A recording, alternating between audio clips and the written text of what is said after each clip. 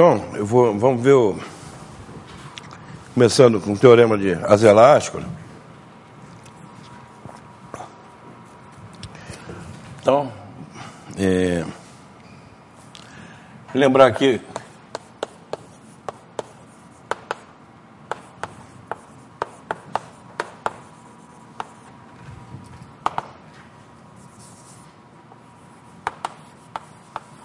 o conceito de ecocontinuidade.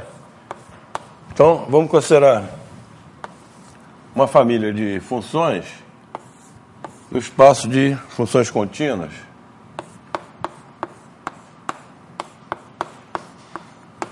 não? Entre dois espaços métricos, M1 e M2. Então,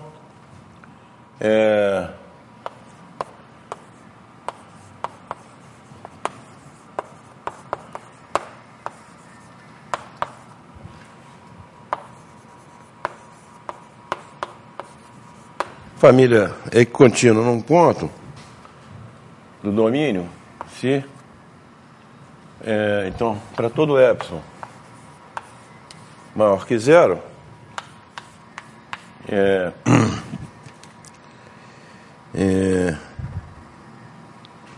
existe um delta maior que zero, tal que se z,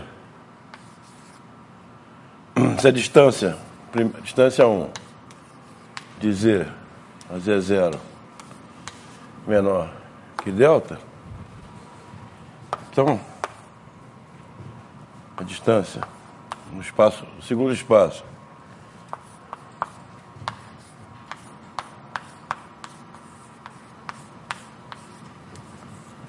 então é verdade, isso é verdade para qualquer função f na família f, não? Certo? Ok? Esse é o conceito de equicontinuidade num ponto. E f é equicontínua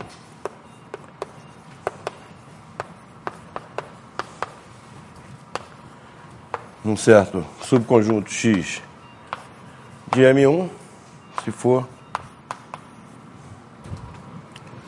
equicontínua em qualquer ponto de x, não? Então, ok?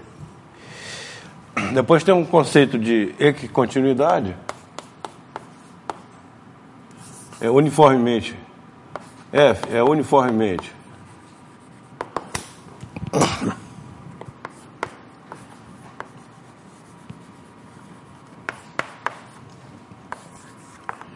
equicontínua num certo subconjunto x de M1, se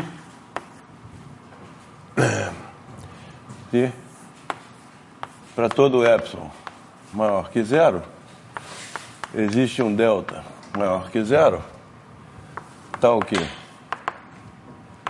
se Z1, Z2 estão em x, né? E distância 1, Z1, Z2 menor que delta, então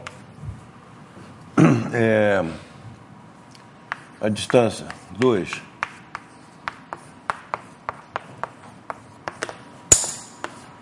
das imagens para todo f fixado em f, né? Certo? Então, nós provamos aqui um lema, né? Que se K é contido em M1 é compacto e F é equicontínuo em K,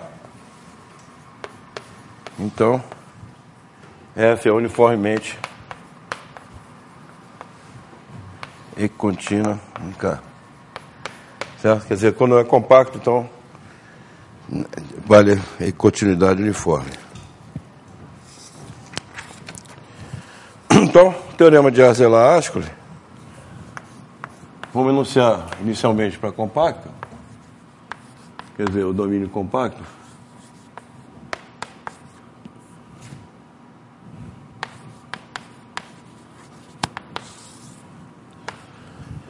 então, vamos supor que eu tenho uma família de funções contínuas de um espaço métrico compacto,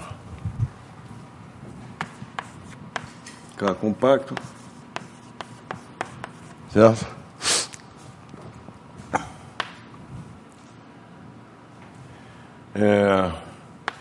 Então, F é relativamente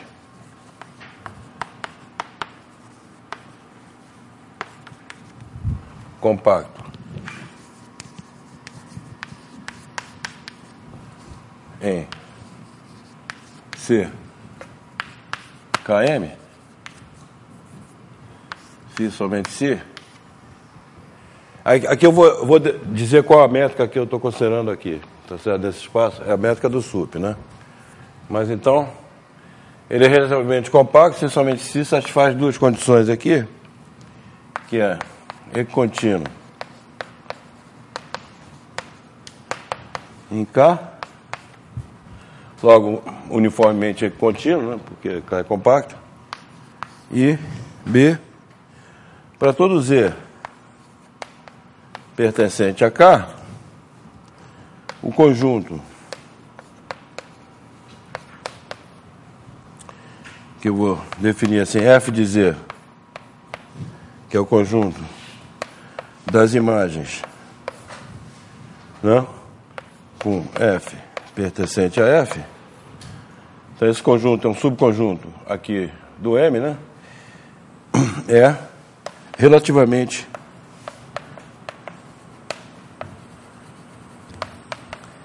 compacto em M. E aqui eu vou lembrar que relativamente compacto é quando o fecho é compacto, né? Certo? Aqui também. E aqui a métrica que eu estou considerando é a métrica do SUP, quer dizer, vamos chamar de D1 e D2, as métricas em K e M, respectivamente. Então, vamos chamar a métrica ρ de FG, vai ser o SUP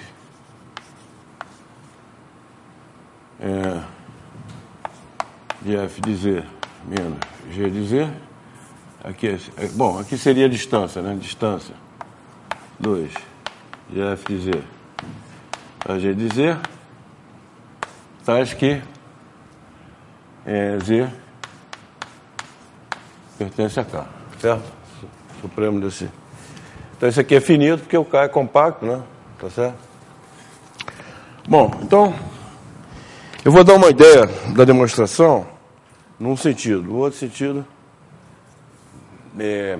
vocês veem aí, tem nos livros de espaços métricos, mas eu vou dar uma ideia porque é um teorema importante. Então, eu vou dar uma ideia de provar que A e B implicam que é relativamente compacto, tá certo?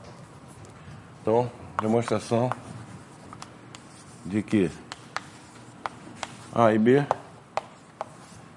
implicam, então, que F é relativamente compacto. Ok? Isso tem em todos os livros de bons, assim, de espaços métricos, mas eu vou dar uma demonstração para vocês não ficarem inseguros, assim, né? Certo? Então, a demonstração é a seguinte. Então, o K é compacto. Então, o primeiro fato é que o K é compacto, espaço métrico compacto. Então, existe um subconjunto enumerável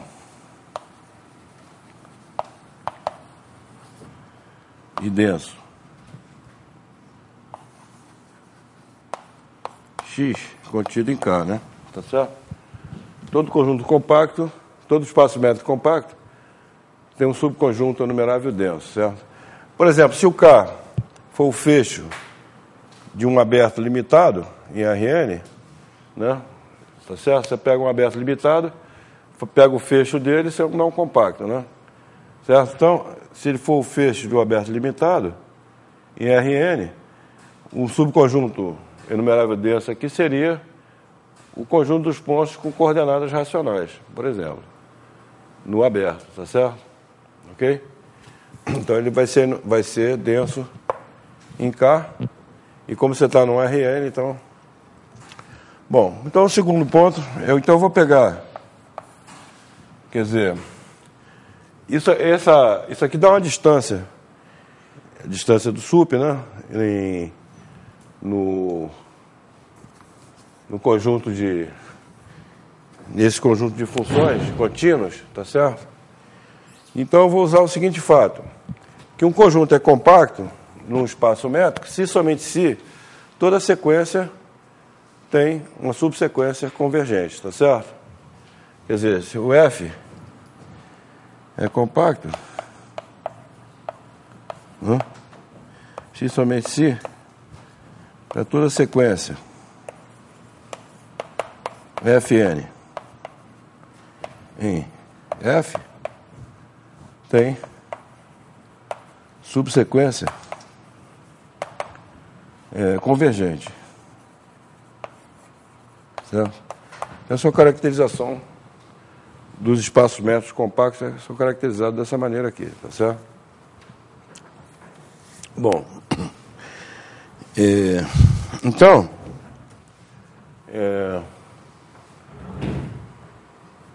o que eu vou provar é que para toda sequência, então, em F, tem uma subsequência convergente, tá?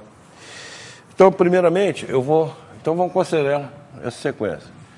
Seja, então, uma sequência de funções no conjunto F, tá certo? E quero provar que ela tem uma subsequência que converge para uma certa função. Então, essa função eu vou definir primeiro no conjunto X aqui, certo? Vou definir depois, a gente vai provar que ela é uniformemente contínua em X, então ela vai se estender a todo K, porque o X é denso em K, e toda função uniformemente contínua num conjunto se estende ao fecho desse conjunto, certo? E como o X é denso, o fecho dele vai ser o K, tá certo? Ok, então, se Fn é uma sequência em F, vamos considerar inicialmente, vamos dizer que o X é inumerável, então eu vou dizer que o X é também uma sequência, certo? Zn, certo? Ok, então eu vou considerar, aqui eu vou usar o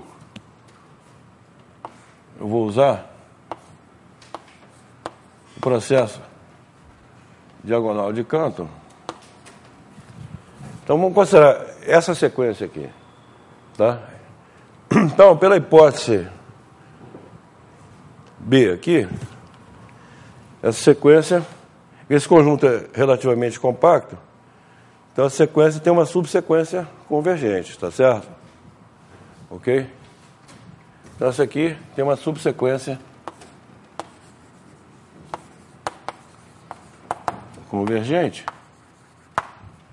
que eu vou chamar de F1 de Zn1 de L. Então, tá? Então, você tem uma função aqui crescente, né,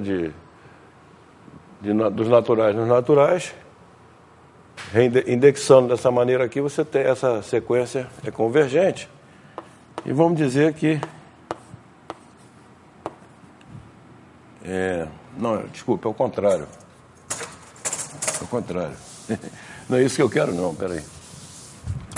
Eu vou considerar a sequência Fn de Z1, certo? N. É essa sequência aqui que eu falei. Hã? O Z é fixo, né? Porque exatamente, o Z é fixo. Então, por isso, estava errado. Eu fiz ao contrário. Então, vamos considerar essa sequência aqui. Quer dizer, eu fixo o Z1 e vario os Fn. Então, essa sequência, como eu falei, ela tem uma subsequência convergente. Né? Então, vamos já escrever assim, Fn1L de Z1, que converge por um certo W1. Né? Esse W1 pertence a M, né? Porque aqui eu estou usando hipótese B, né? Certo? Bom, tá? Bom, agora então vamos considerar a sequência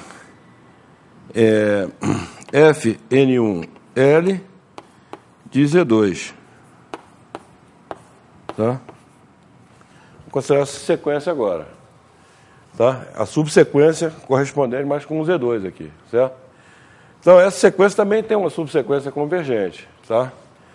Então, vamos dizer, então ela tem também subsequência convergente, que seria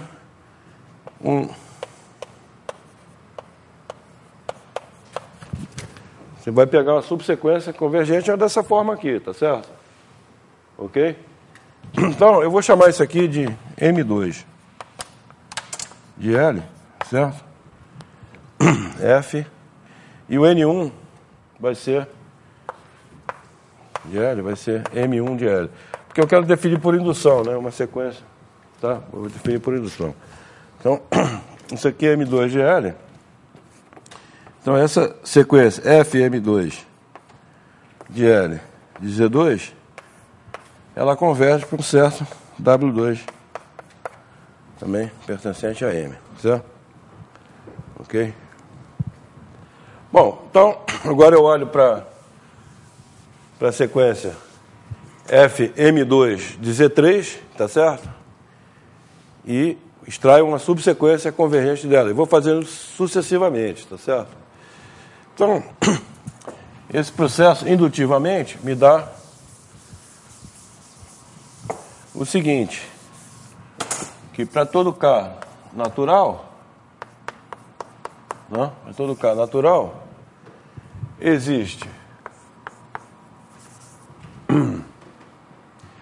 uma sequência MK crescente, né, de NN, crescente, tá certo? Esse MK, ele vai ser uma composição N1, N2, etc., né? N1, N2,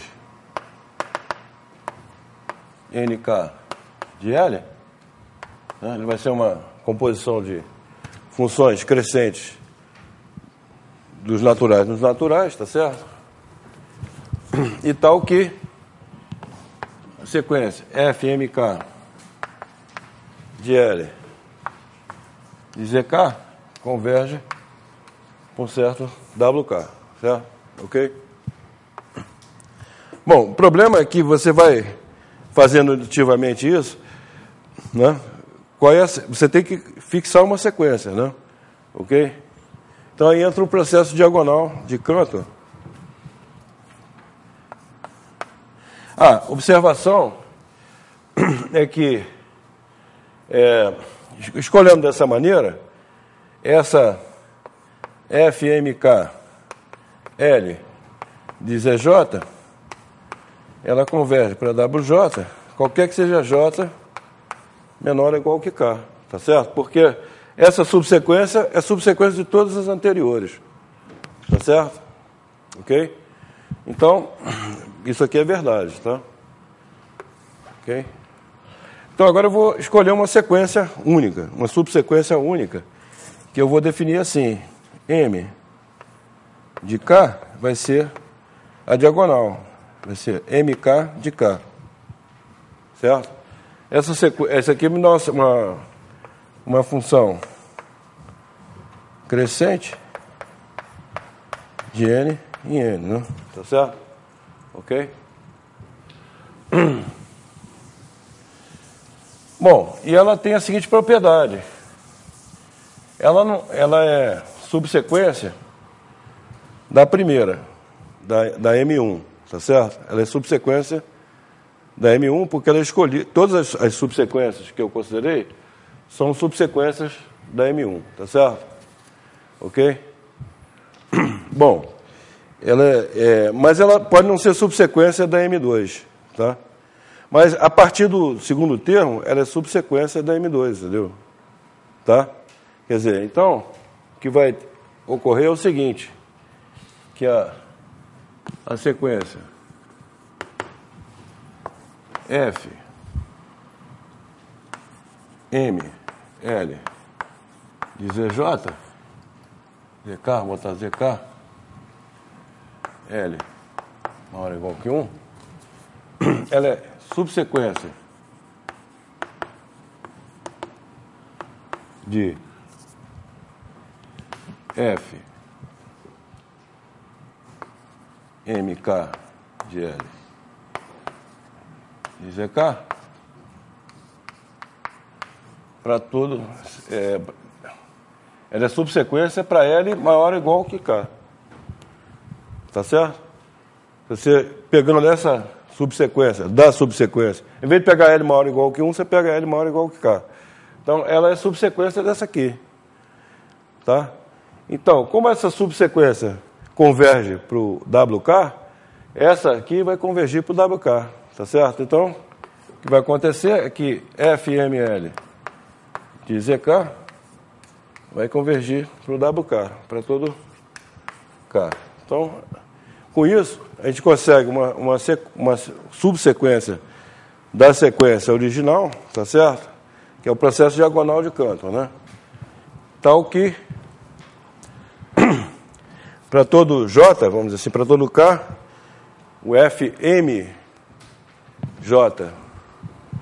quer dizer, o FML de ZK converge para WK, tá? Então, quer dizer, a gente vai definir, então, função f de x em m, x é o conjunto enumerável, né? Vai ser definido como f de zk igual a wk. Então, tá? Ok. Bom, agora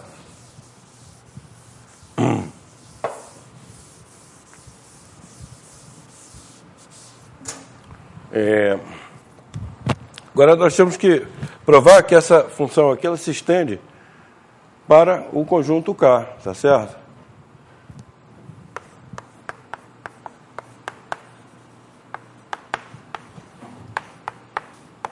Aqui a gente usa a continuidade, tá certo? Então aqui a gente precisa usar a continuidade. Então, quer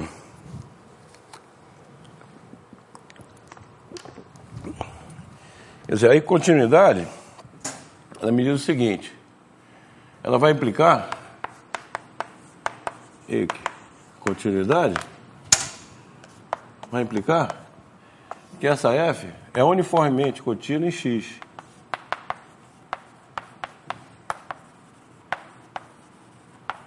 Tá? Vai ser uniformemente contínua em X. Bom, isso é fácil de verificar, porque você fixa epsilon, fixo epsilon maior que zero, é isso? Então, você quer provar que existe um delta tal que se, sei lá, x1 e x2 estão a distância menor que delta, então f de x1 e f de x2 estão a distância menor que epsilon. Então, fixa epsilon maior que zero. Agora, eu sei que existe um delta maior que zero, tal que para toda f pertencente, para toda g, para não confundir com para toda g pertencente a f, né? Você sabe que a distância, se a distância 1 de x1 a x2 menor que delta, então a distância 2 de g de x1 a g de x2 é menor. Vou botar epsilon sobre 2 aqui para dar uma folga, certo? Ok? Então, isso é verdade particular para as funções FML. Então, você tem que D2 de FML de x1,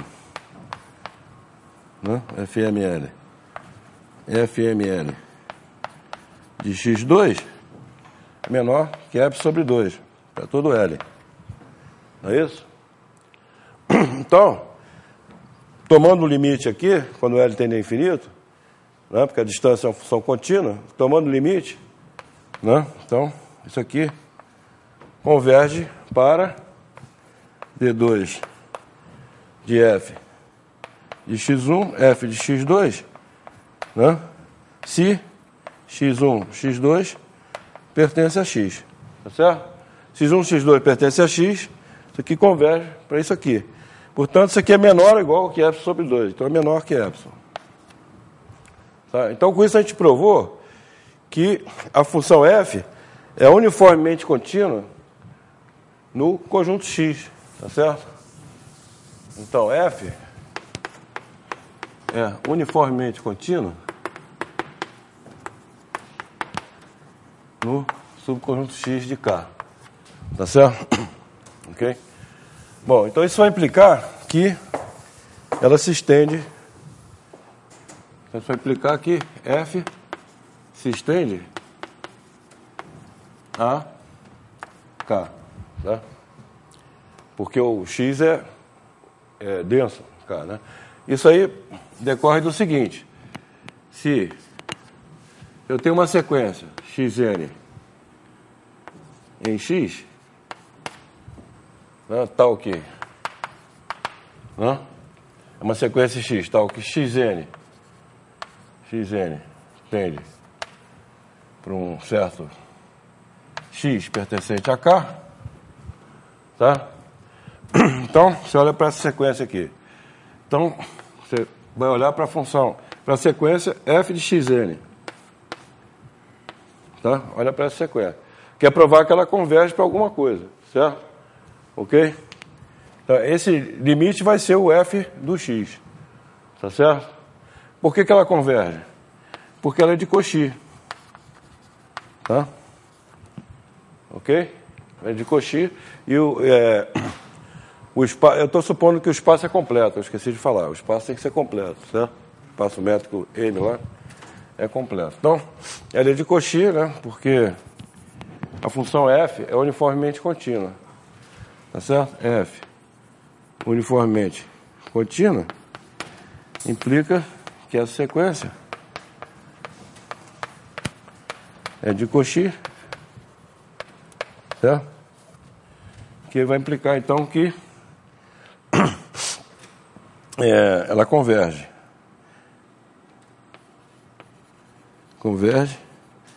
E então a gente define f de x como sendo o limite, quando ele tende a infinito, de f de xn. Bom, aí tem que provar que não depende da sequência xn, porque poderia ter outra sequência que converge, né? Ou outra sequência que converge para o mesmo ponto x, tá certo? Tem que provar que o limite é o mesmo, mas aí você pode usar aí continuidade, que é uniformemente contínua, não?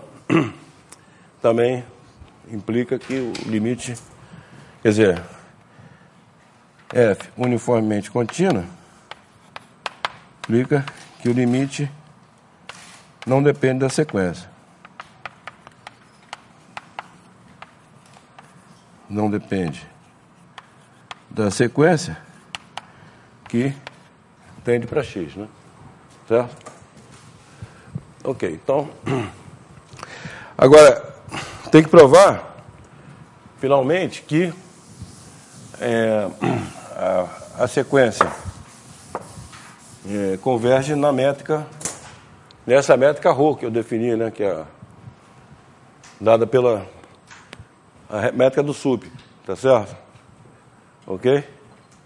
Tem que provar que ela converge na métrica do sup. Ela converge pontualmente, por enquanto. Certo? Mas aí você usa também, que é aí continuidade, tá certo? Ok? E daí continuidade vai implicar que a métrica, que a sequência Quer dizer, aí como é que você faria? Faria o seguinte, você quer provar que converge na métrica do SUP. Então, você quer provar que Fn, você provou que ela converge pontualmente, tá certo? Converge para F pontualmente, né?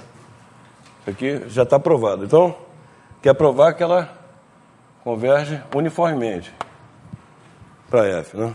Então, ok? Você quer provar isso aqui, tá? Então, aí você vai fazer a distância 2 de Fn de x a F de x, né? Então você quer provar que existe o N0, tal que, dado epsilon, existe o N0, tal que isso aqui é menor que epsilon para todo x, tá certo? Ok? Mas você sabe que tem aquele conjunto lá, enumerável e denso, que tal que a coisa converge, né? Que ela converge pontualmente. Então, você faz o seguinte, e tem que usar também a continuidade. Então, você escreve uma coisa assim. Fn de x, Fn de um certo x0, mais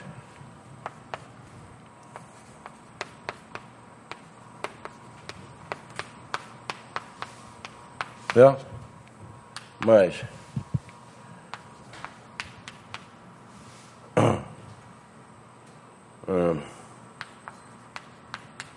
se escreve uma desigualdade triangular aqui, tá? Desse tipo aqui. Bom, então, você fixa o epsilon, tá? Fixa o epsilon. Então, fixa o epsilon positivo, tá? Então, você sabe que, como o conjunto X é denso, tá certo? E pela equicontinuidade, existe um delta, né? Equicontinuidade, existe um delta tal que, se x menos x0 é menor que a distância de x a x0 é menor que delta, então essa distância aqui é menor que f sobre 3. Então, certo? Então você fixa um x0 que está a distância menor que delta do x, tá certo? Do x, ok? Esse delta também serve para f, porque foi o que nós provamos lá para trás, tá certo? Esse delta serve para f também, então isso aqui fica menor que f sobre 3, tá certo? Ok? Então aqui você usa a continuidade, pode fazer uma coisa assim. Agora essa aqui, como o x0 está fixo agora, mas o x0 está fixo, mas vamos dizer assim, arbitrário, né? Você pode pegar qualquer um, tá certo? Ok? Então, ele está fixo, aí agora você vai fixar um N0, tal que, se N é maior ou igual que N0, então isso aqui é menor que F sobre 3. Porque até aqui você só usou a continuidade, tá certo? Agora o N0 vai ser dado aqui. Tá certo? Ok? Então, se N é maior ou igual que N0, então isso aqui fica menor que F sobre 3, aí você conseguiu a... Ok, então...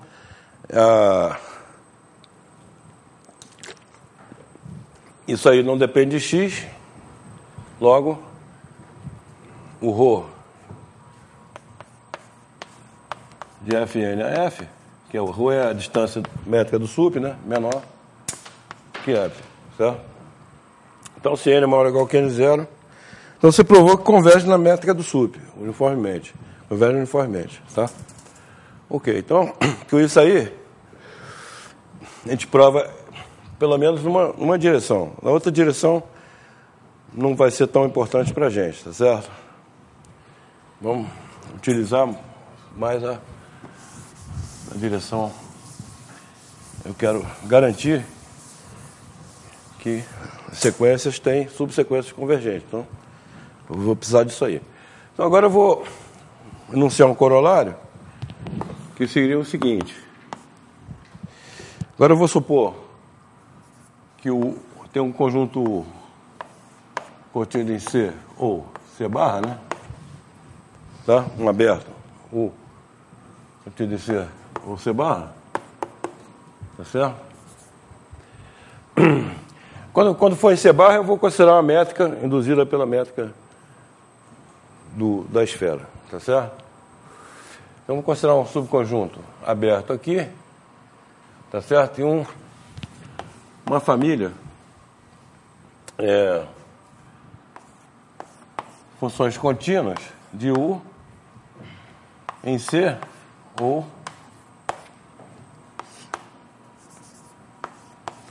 pode ser de U em C barra também. Aqui é a mesma observação, tá? Quer dizer, tá, então, seja, suponha que F e contínuo,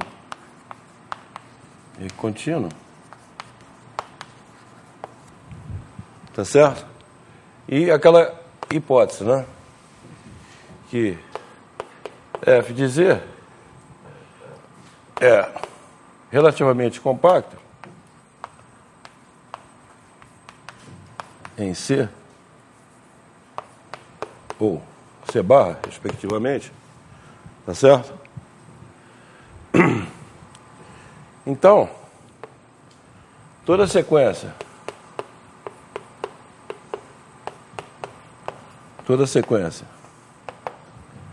Fn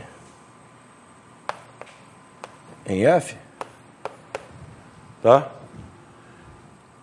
Tem subsequência convergente nas partes compactas, uniformemente convergente nas partes compactas de U, certo? Ou seja, qualquer sequência Fn, existe uma subsequência F ml, né? N maior ou igual que 1, tá? Tal que Fm L converge para uma certa F pertencente C de UC ou C barra, né? E aqui a convergência uniformemente nas partes compactas, certo? Ok?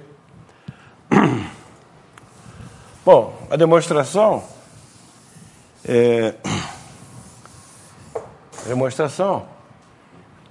vamos pensar nesse caso aqui para fixar as ideias. O outro caso é parecido, tá? Mas vamos pensar nesse.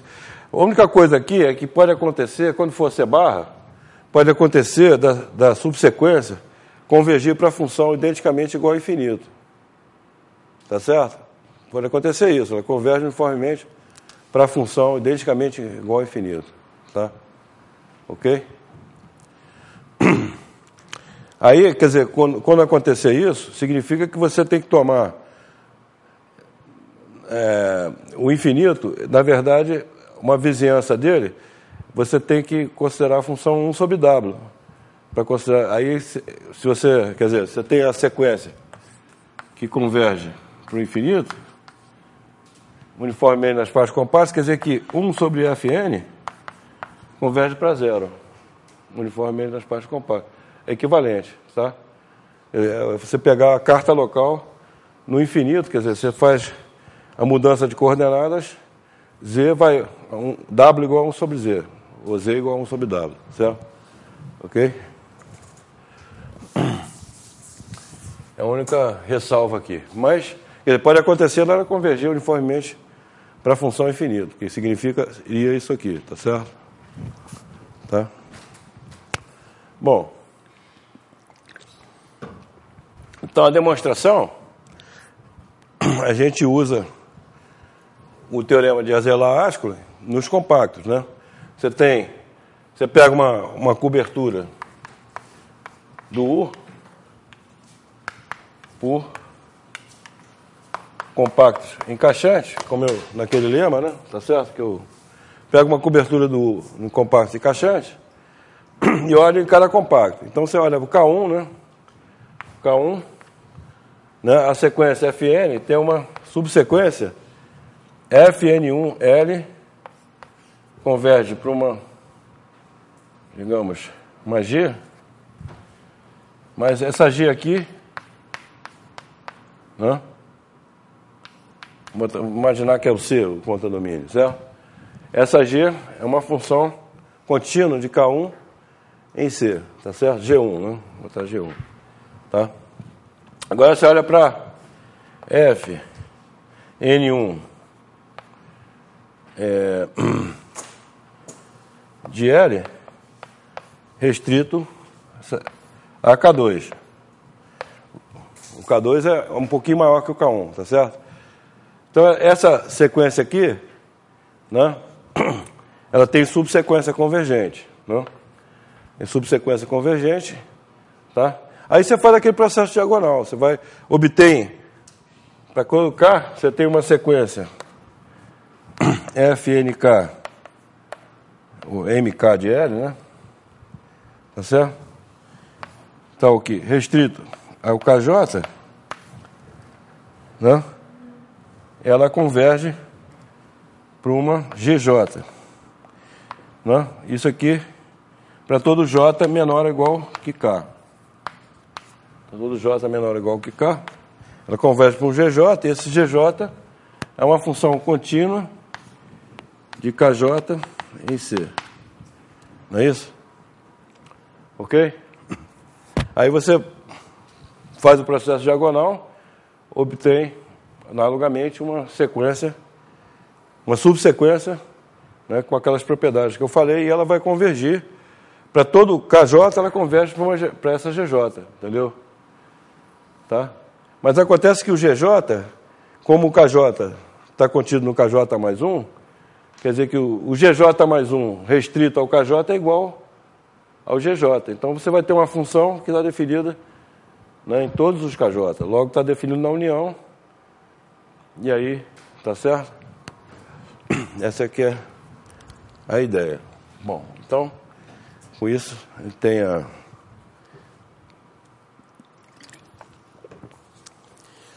Agora vamos... Vamos dar uma aplicaçãozinha. Quer dizer, no caso de funções complexas, nós vamos definir um outro conceito aqui que vai implicar aí continuidade. Tá certo? Então, funções, no caso de funções holomorfas, tá? Então, vamos chamar famílias normais. Vou definir aqui uma família F contido em H de U. Tá? Isso aqui são as funções holomorfas, né? De U em C. U é um aberto de C. Tá? Conjunto dessas funções holomorfas de U em C. Ok? Então, normal, dizemos que é normal se é relativamente compacto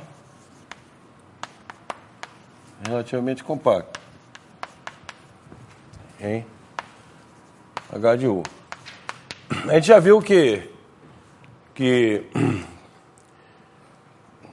com a topologia, com a métrica da convergência uniforme nas partes compactas, né? Em H de U, uma sequência que converge em H de U converge para uma função em H de U se ela convergir na métrica na métrica da convergência uniforme nas partes compactas, certo? Então, isso aqui é a mesma coisa, então, que dizer que para toda sequência em F, então, existe uma subsequência F LL, né? Que converge nas partes compactas de U. Tá certo? É uma coisa que dizer isso. Então, vamos ver agora um critério, né? Tem uma definição.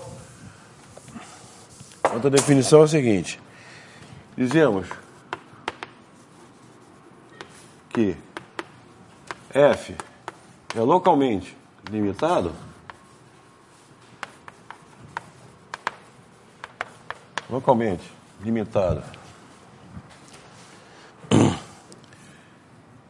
se o F contido em... Aqui, em princípio, pode ser o C de U, né? Contido em C de U, por exemplo. Tá? Funções contínuas. Então, a definição pode ser feita em C de U. Se para todo Z0 pertencente a U, tá certo? Existe uma vizinhança. Vamos botar aqui. Existe um R positivo, tal que dr de Z0 barra está contido em U, o fecho está contido em U, e um M que depende desse R aí e do Z0 positivo, tal que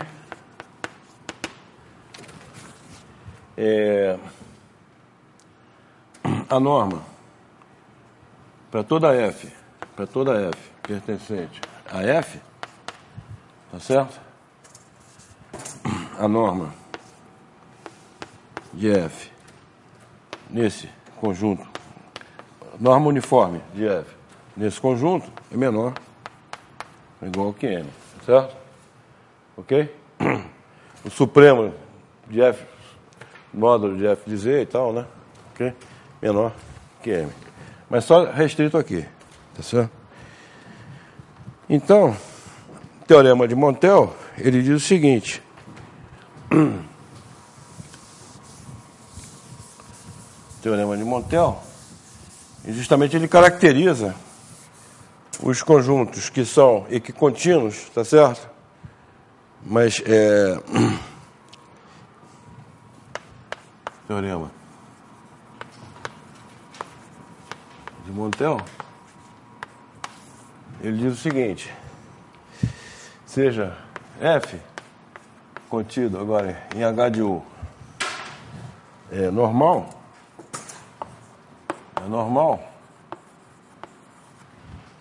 tá certo? Ou seja, relativamente compacto, né?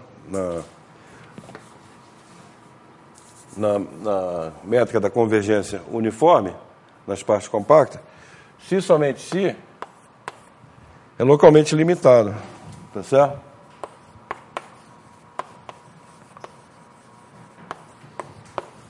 Localmente limitado, certo?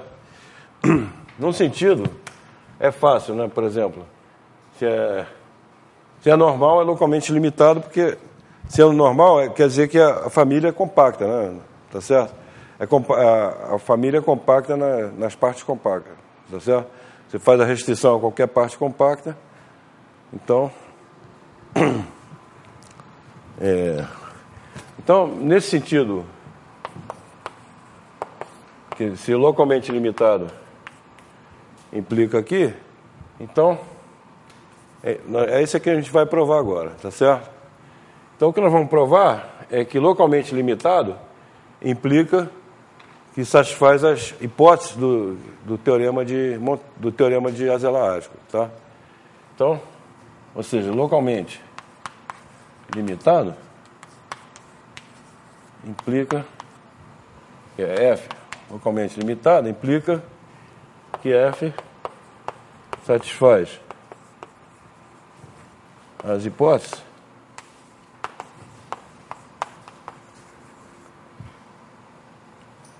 do teorema de Arzelà-Askell. Tá? Ok? Então vamos provar isso. Então a gente tem que verificar duas coisas. Primeiro, que F é equicontínuo. É equicontínuo. Não é isso? E segundo, é que para todo Z,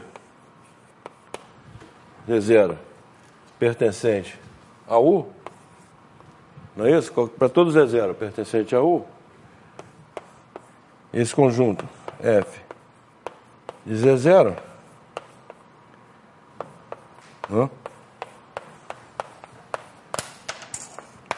é relativamente compacto em C. Certo? Em C. Bom, essa hipótese B aqui,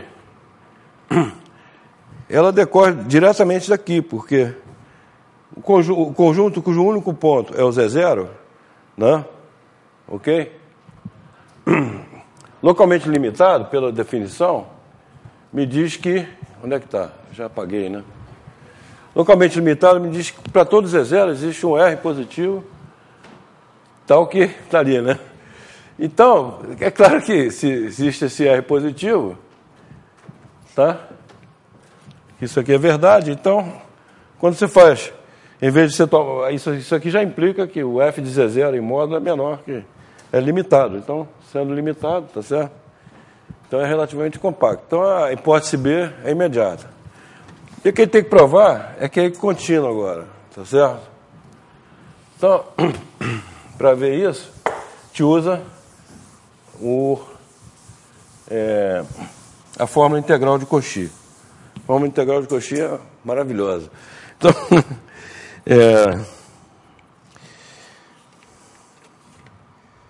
então, vamos olhar a fórmula integral de Cauchy.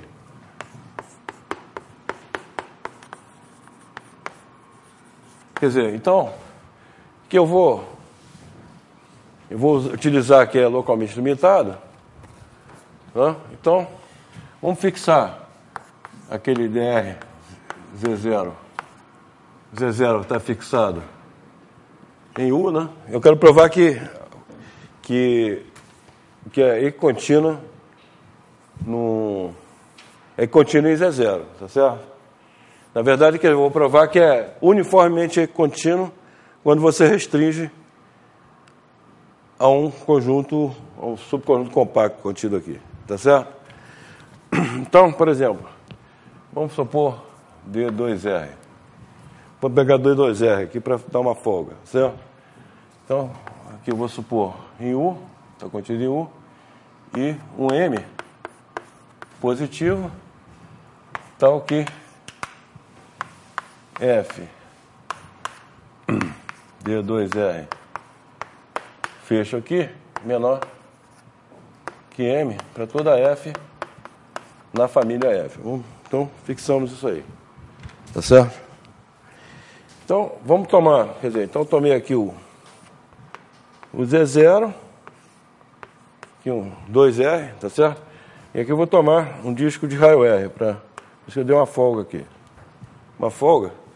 Quero provar que é contínuo na restrição a esse disco aqui. Então, vamos pegar Z1, Z2 no disco fechado de raio metade, tá certo?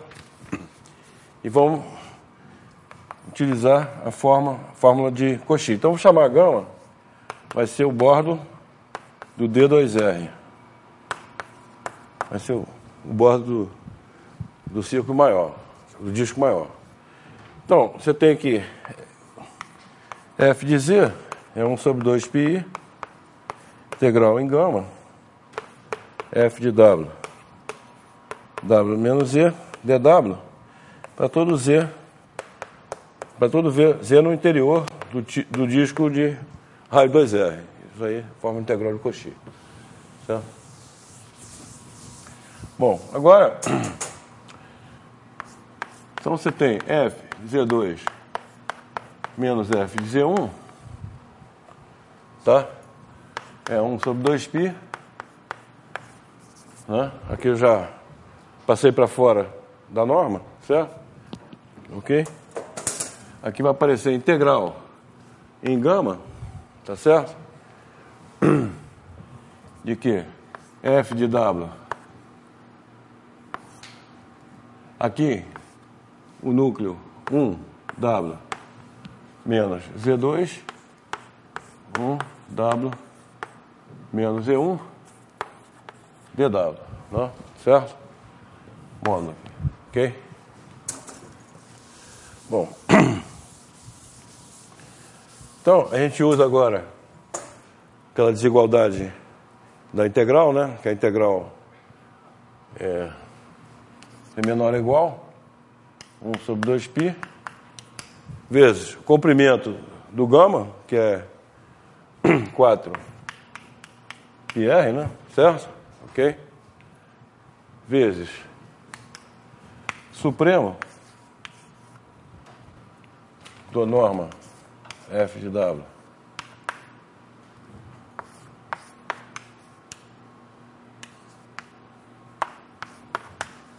Bom, vamos simplificar logo isso aqui. Isso aqui é igual a Z2 menos E1, W menos E2, W menos E1. Não é isso? Supremo isso aqui, onde W está no círculo de raio 2R, né? Agora, isso aqui eu posso passar o F de W, norma de F de W para fora aqui, né? Ok? Então, isso fica menor ou igual, o sup do produto é menor ou igual que o sup desse e o sup vezes o sup desse, certo? Agora, o sup desse é menor ou igual que M, tá certo? Então, aqui simplifica, fica 2RM, né? Sup 2RM, sup de Z2. Z2 menos E1 posso passar para fora também. Ó. Z2 menos E1, tá certo? Posso passar para fora também, porque não depende o W, só o W que está variando aqui. Então, sup de 1 sobre módulo 1 sobre W menos E1, W menos E2, tá? Acho que W está no círculo lá, tá certo?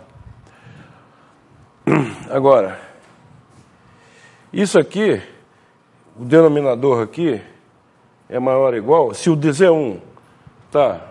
Z1 e Z2 estão nesse disco aqui, menor, né? O denominador é o quê? É menor ou igual? Quer dizer, o W, se tem um Z aqui dentro, o W menos Z é maior ou igual que 2R menos Z menos Z0 em módulo. Não é isso? Menor ou igual que isso aqui.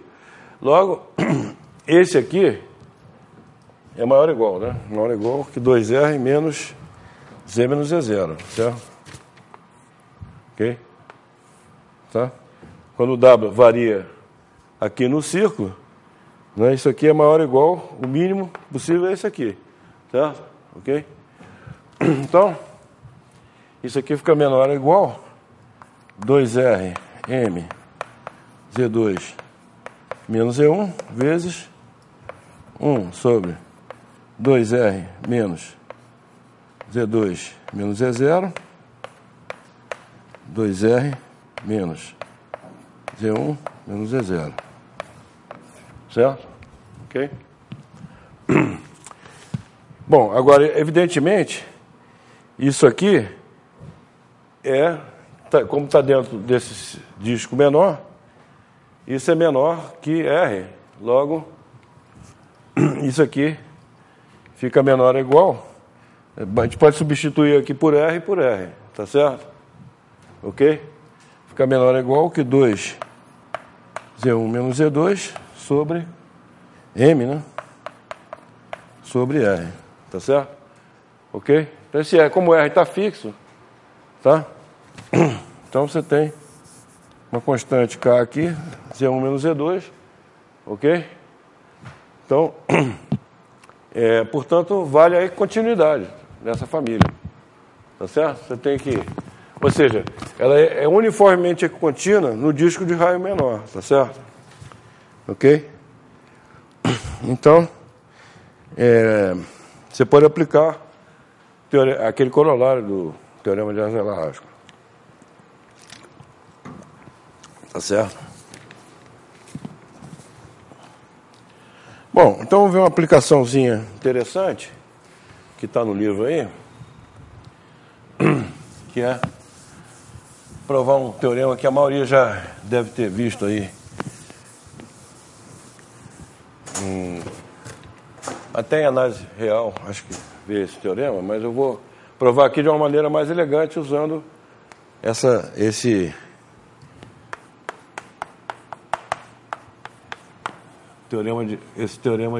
corolário. Então, provar que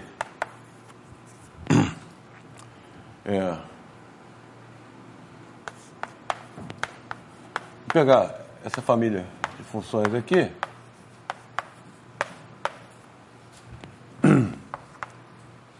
é uma família de funções inteiras, tá certo?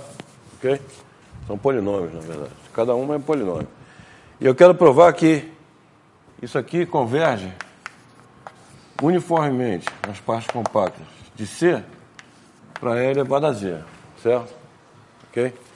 Então, acho que a maioria já viu isso aí no curso de análise real, se prova esse teorema aí. Mas a demonstração é meio delicada, porque...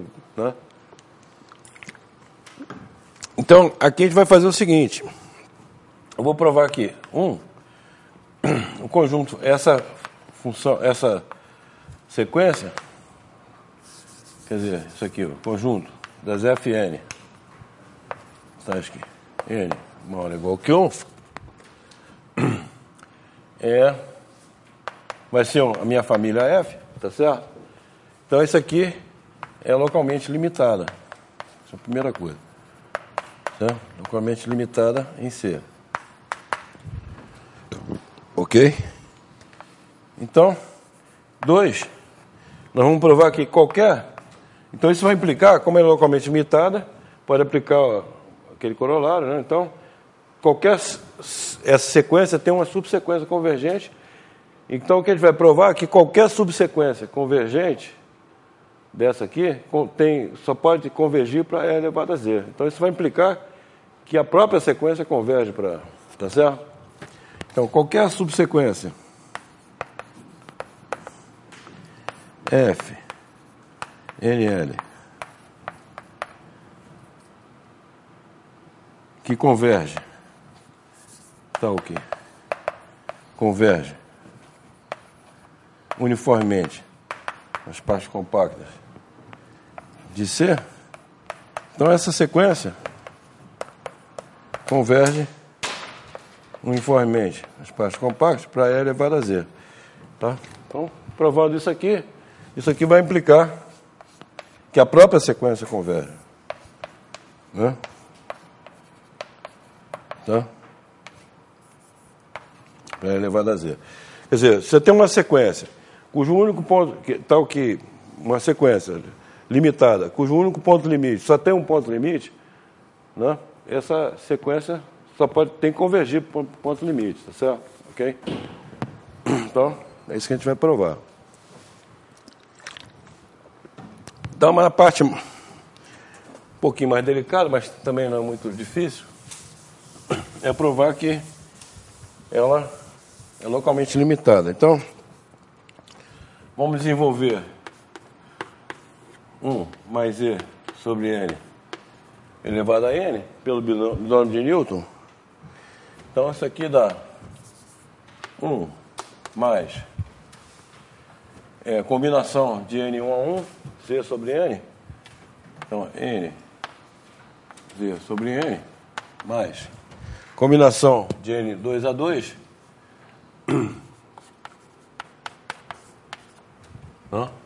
Z2 sobre N2, tá certo? Escrever aqui o termo geral, combinação de NKK, que é N N menos 1, N menos K mais 1, sobre K fatorial, né? Vezes Z elevado a K sobre N elevado a K, mais etc. Mais etc. Mais Zn, né? Mais Zn sobre N elevado a N. Certo? É o último termo aqui. Tá? Então, isso aqui, eu vou escrever. Vamos pegar o termo geral, qualquer outro termo é igual, tá certo? Isso aqui eu vou escrever assim, isso aqui é N menos 1, N menos K mais 1, sobre N elevado a K, vezes ZK sobre K fatorial, tá? Agora, isso aqui em cima tem K termos, e aqui embaixo também, tá certo? Então isso aqui fica 1 menos 1 sobre N, 1 menos 2 sobre N, 1 menos K menos 1 sobre N, vezes, tá certo? Uma coisa assim. Então a norma disso aqui,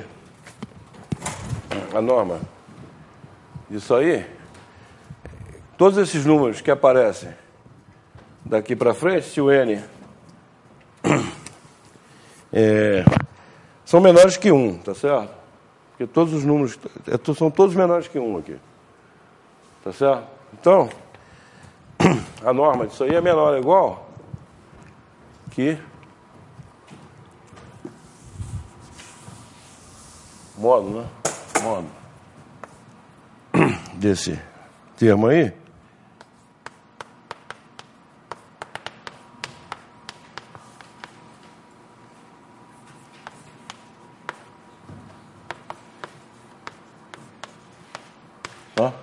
ser menor ou igual que módulo de Z elevado a K sobre K fatorial, certo? Ok? Porque esse aqui são todos menores que 1, todos os números positivos menores que 1, certo? Então, a conclusão é que módulo de 1 mais Z sobre N elevado a N vai ser menor ou igual que a soma de... vai ser menor ou igual que a soma dos módulos daquelas quantidades lá, que é 1 mais Z, né? O termo geral aqui, Z, K sobre K fatorial, Z, N sobre N fatorial. Concorda? Ok? Agora, isso aqui é uma soma de números positivos. Eu posso completar aqui com a série do E elevado a Z. Então, isso aqui é menor ou igual que E elevado a módulo de Z. Tá certo? Ok? E elevado a módulo de Z. Então, isso aqui é verdade para todo Z, você tem isso aqui. Tá certo? Logo, isso implica que é localmente limitado, porque para todo R positivo, né, você tem que 1 mais Z sobre N elevado a N em módulo, se Z, bota aqui, se para todo R positivo, se Z menor ou igual que R, então isso aqui é menor ou igual que E elevado a R. Tá certo? Ok? Então isso implica que a função é limitada para qualquer disco, qualquer função dessa é limitada por E elevado a R. Então, é localmente limitado, certo? Ok? Não é uniformemente limitado, mas é localmente limitado, certo? Então, isso implica que a gente pode usar o teorema de convergência. Quer dizer, que o conjunto F é compacto na convergência, na métrica da convergência uniforme nas partes compactas, certo? Bom, então, agora vamos provar o item 2, quer dizer, qualquer sequência convergente, qualquer subsequência. Então vamos supor que eu tenho uma subsequência FNL que converge para uma certa F. Então eu quero provar que essa F é igual a E elevado a Z. Ok? Então, que eu tenho que o FNL de Z. Observação que, como isso aqui é convergência nas partes compactas, a gente já viu que isso aqui implica que a derivada converge nas partes compactas. Então, FNL linha converge para F linha nas partes compactas. É um dos teoremas que eu provei anteriormente, certo? Tem uma sequência que converge, né, na parte compacta, derivada dele, sequência de funções homomorfas, derivada converge também. Tá?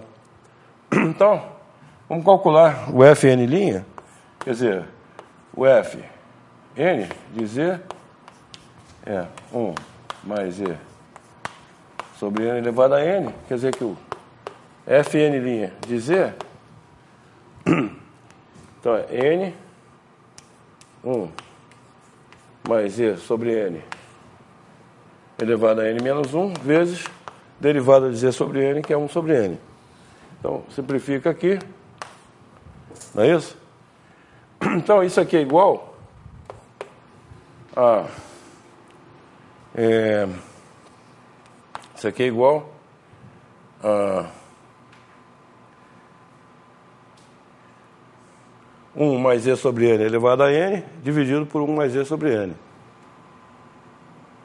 Então, isso aqui é igual a Fn de Z dividido por 1 mais Z sobre N. Certo? Então, conclusão, aqui que é o Fn de Z é 1 mais Z sobre N vezes Fn' de Z. Certo? Ok? Tá. Então, daqui a gente obtém o quê? Que, como a subsequência converge, derivada converge. Então, vamos botar aqui L, né? L. Tá?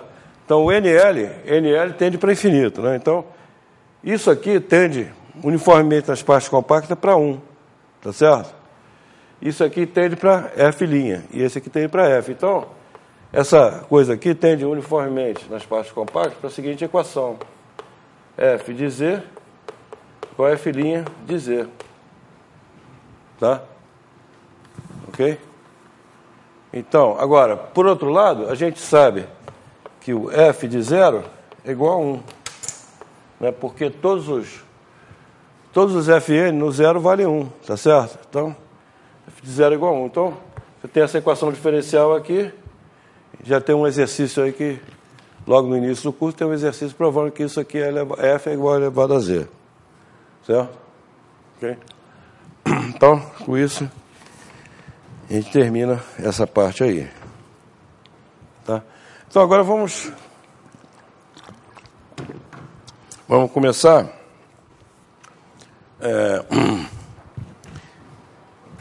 o parágrafo seguinte, que agora a gente vai começar a construir funções utilizando os teoremas que a gente já viu aqui, tá certo? Ok? Por exemplo, principalmente teoremas sobre séries, né? Então, vamos começar agora com as funções duplamente periódicas. Duplamente periódicas. São chamadas funções elípticas também. Depois eu vou dizer por que esse nome. Então, na verdade, o que eu vou construir é uma função chamada função P de Weierstrass, que é um exemplo de função duplamente periódica. Então, eu vou lembrar aqui, eu vou supor que eu tenho uma função f. Vou supor que ela é de C em C, inicialmente. Ou, melhor, vamos supor que é de U em C, E vamos supor que esse U, ele então, vamos supor que eu tenho um U e C, U1 aberto de C, tá certo? Mas vou supor que o fecho de U é igual a C. E a função F é meromorfa, quer dizer, né? Fecho de U igual a C, quer dizer, o U, C menos U é um conjunto discreto de polos, tá certo? São polos de F. Então, quer dizer, a definição vai ser para funções com polos, tá certo? Ok. Então, eu digo que número tal em C é um período de F se vamos chamar R tal de Z, translação Z mais tal, certo? Ok? É a translação Z mais tal. Então, se R tal de U igual a U, tá certo? Quer dizer, ou seja, deixa invariante o conjunto de polos, isso aqui é lembrando aqui, isso aqui é uma homografia, tá certo? É um difeomorfismo de C, tá certo? Translação, difeomorfismo de C. Então, vou supor que ele deixa invariante o conjunto de polos, em particular também deixa o invariante, e F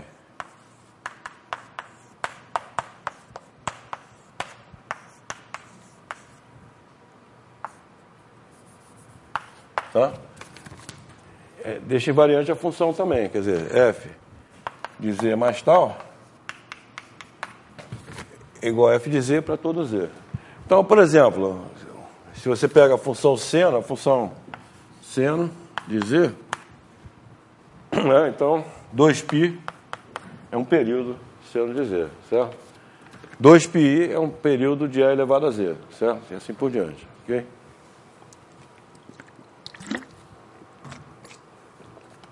Tá. Então, eu vou dizer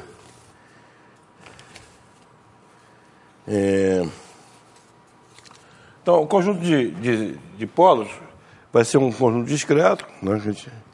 E com essas propriedades aqui, tá certo? Então, vamos chamar F é o conjunto de períodos dessa função F aí. Tá? Ok? Então,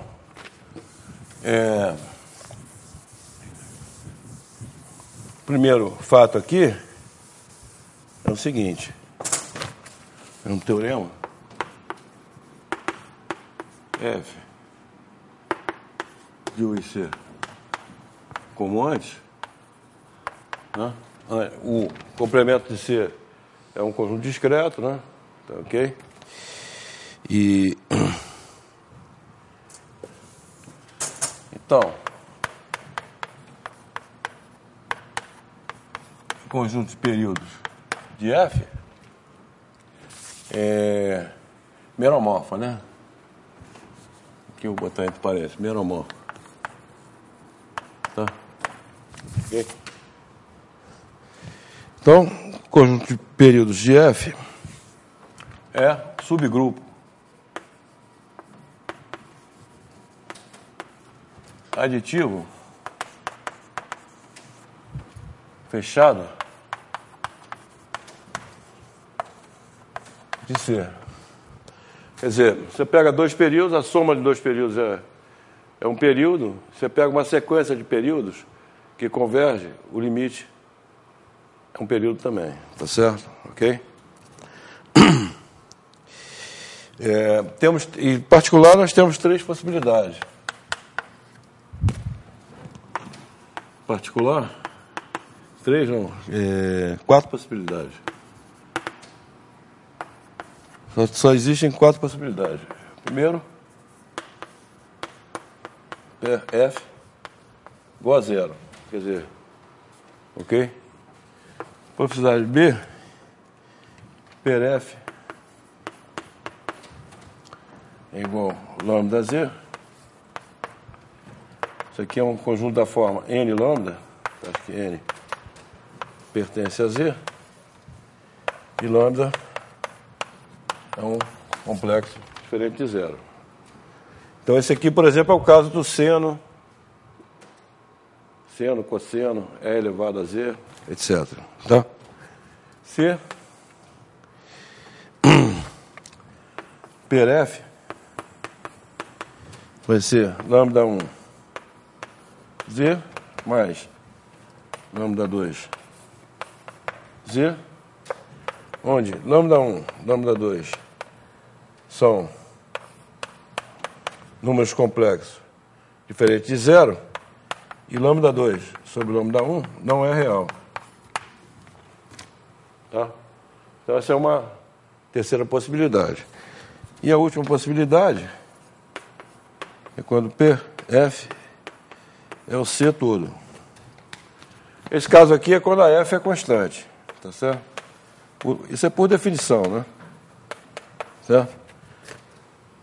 Nesse caso aqui é porque a F é constante. Quer dizer, qualquer valor de C, né?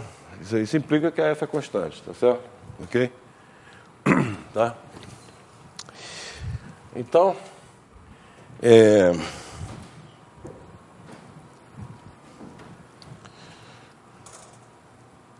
vamos provar para terminar a aula, vamos provar esse teorema, tá certo? Esse teorema, que não é muito difícil, tá? Então, a demonstração desse teorema seria a seguinte.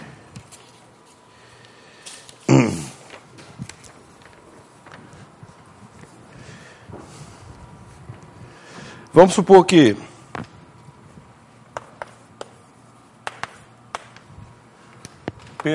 F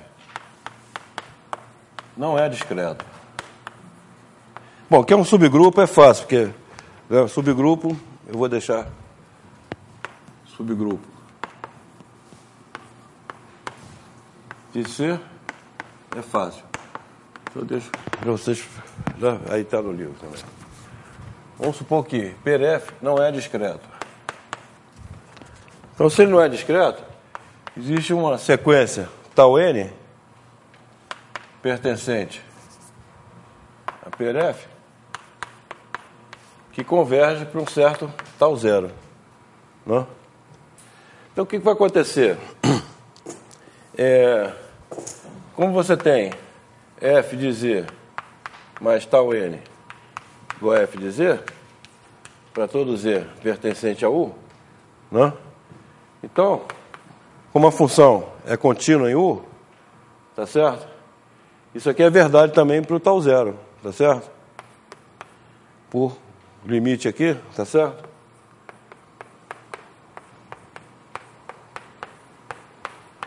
Então, isso implica que a função f, ela vamos dizer assim, uma função meromorfa, e o tal 0 vai ser logo é contínuo em U, então o tal 0 é um período, tá certo? Mas acontece que, vamos supor que, evidentemente, como U não é um conjunto discreto, o complemento de U não é um conjunto discreto, então eu posso supor que certo, tal 0 mais E0 não pertence, não é polo, tá certo? Não? Porque esse é um conjunto discreto, então eu posso somar um valor aqui que não é polo, tá certo? Então, então como é um conjunto discreto também, tal N mais E0 não pertence a lambda, não, para todo N suficientemente grande, tá certo? Ok? Então, o que vai acontecer? O conjunto de o conjunto onde a função é igual, né? Conjunto f menos 1 de f tal 0 mais é 0, contém todos esses valores aqui, todos esses pontos aqui, tá certo? E é um conjunto não discreto, porque está convergindo para esse aqui, tá certo? Então esse conjunto não é discreto.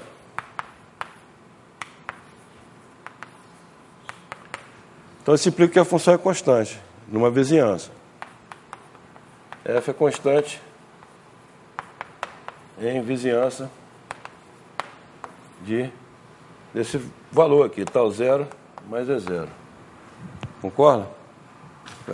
Porque é analítica, né? A função analítica logo é constante nessa vizinhança. Agora, como o lambda é discreto, tá certo?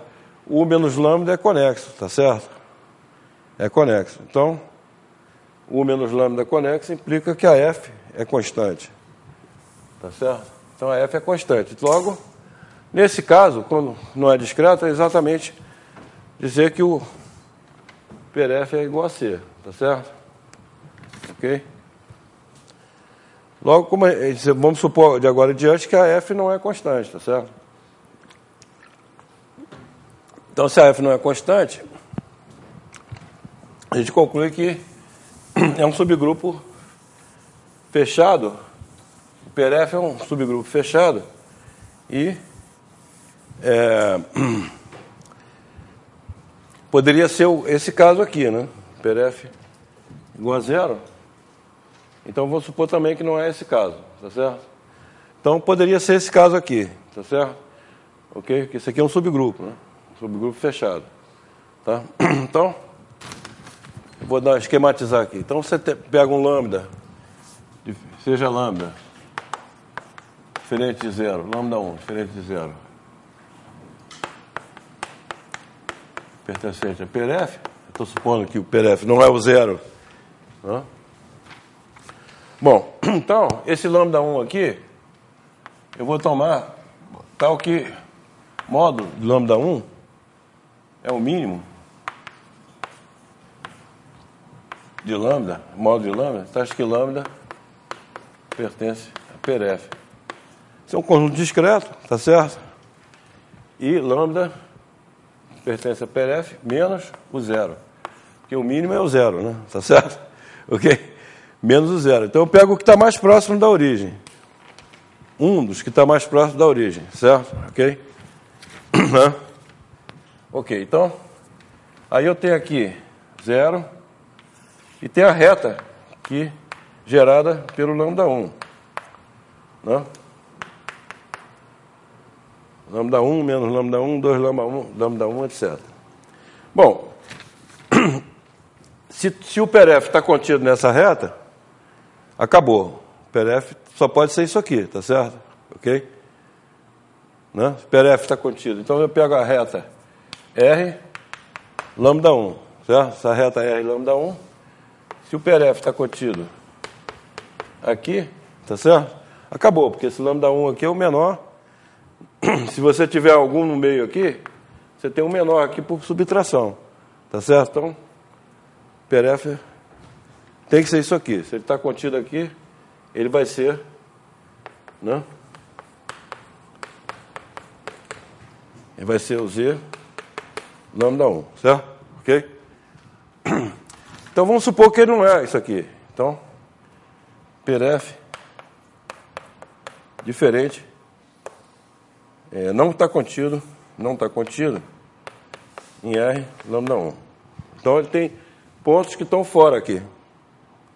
Pontos estão fora. Esses pontos que estão fora formam um conjunto discreto também, tá certo? Ok? Formam um conjunto discreto. Então, eu pego o PRF menos Z lambda 1, tá certo? Ok? Então, é um conjunto discreto. Então, tem um mínimo também, tá certo? Então, eu vou pegar o mínimo, o mínimo poderia ser igual ao lambda 1, né?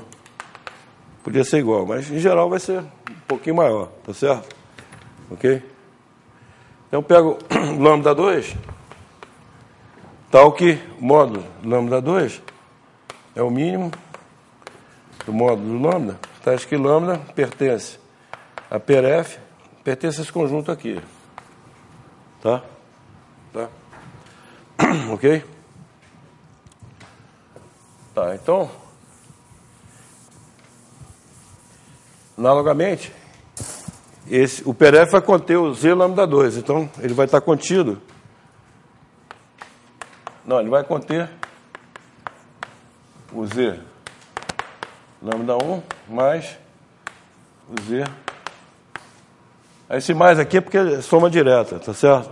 Como espaço vetorial, R espaço vetorial, certo? Ok? Ele vai conter isso aqui, tá certo? Aí eu afirmo que é exatamente, vai ser isso aqui, exatamente, tá certo? Não pode ser maior que isso aí, tá? Então isso aí é a parte um pouquinho mais chata, mas seria o seguinte: você tem aqui lambda 1, tem aqui lambda 2, por exemplo, tá certo? E aqui você tem esse conjunto Z lambda 1 mais Z lambda 2, é formado por todos os pontos que são chamados um látice. Isso aqui é chamado um látice, tá? Um látice gerado por lambda 1 e lambda 2. Tá? Esse lambda 2, como ele não pertence a essa reta, o lambda 2 sobre lambda 1 não é real. Tá certo? Ele não é real, porque já que ele não pertence a essa reta aqui. Tá certo? Então aí você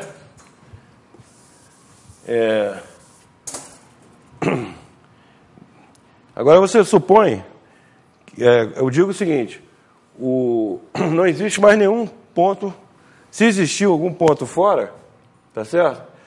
Vamos supor, então, esse paralelogramo aqui, formado, vou chamar aqui, esse conjunto aqui é o conjunto T lambda 1 mais S lambda 2, tá escrito que 0 menor ou igual que T menor ou igual que 1, 0 menor ou igual que S menor ou igual que 1.